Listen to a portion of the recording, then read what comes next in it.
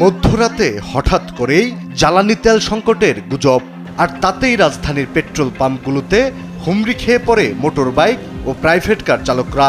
পাম্পগুলোতে ব্যক্তিগত গাড়ি ও বাইকের দীর্ঘ সারি সীমানা ছাড়িয়ে চলে আসে সড়কে। ইরানের সঙ্গে যুক্তরাষ্ট্র ইসরায়েলের চলমান যুদ্ধের কারণে তেলের সংকট ও দাম বৃদ্ধি হতে পারে এমন আশঙ্কায় মানুষ ভিড় করছেন পাম্পগুলোতে। চালকদের অভিযোগ, মানুষের এই শঙ্কাকে পুঁজি করে তেল বিক্রিতে নানা নাটকীয়তা করছেন পাম্প কর্তৃপক্ষ।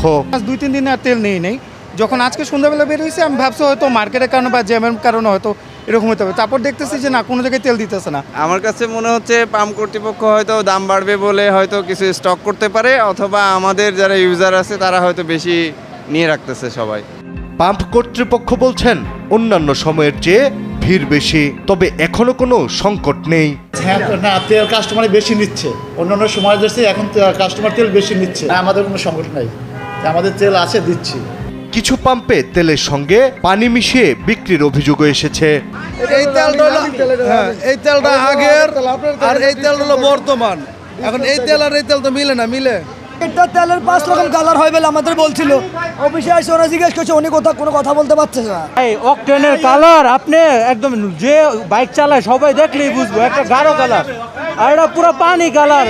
তবে তা অস্বীকার করেছে পাম্প কর্তৃপক্ষ। উনি বললে কি হবে পানি? উনি বললে পানি হবে? আপনাদের জায়গা থেকে আপনি একটু ক্লিয়ার করেন। তেল, আমাদের তেল, ওটা তেল আমরা দেখতে পাচ্ছি না। এটা তেল। হ্যাঁ। মার্চ মাসে দেয়া বাংলাদেশ পেট্রোলিয়াম কর্পোরেশনের তথ্য বলছে, দেশে ডিজেল প্রায় 14 দিনের, পেট্রোল 15 থেকে 17 দিনের, অকটেন 28 দিনের, ফার্নেস অয়েল 93 দিনের, জেট ফুয়েল প্রায় 55 দিনের মজুদ আছে। সরকারি তথ্যের হিসেবে এখনই জ্বালানি সংকট তৈরি হওয়ার কথা নয়। বিদ্যুৎ ও জ্বালানি ব্যবহারে জনগণকে সাশ্রয়ী হওয়ার আহ্বান জানিয়েছেন সরকার।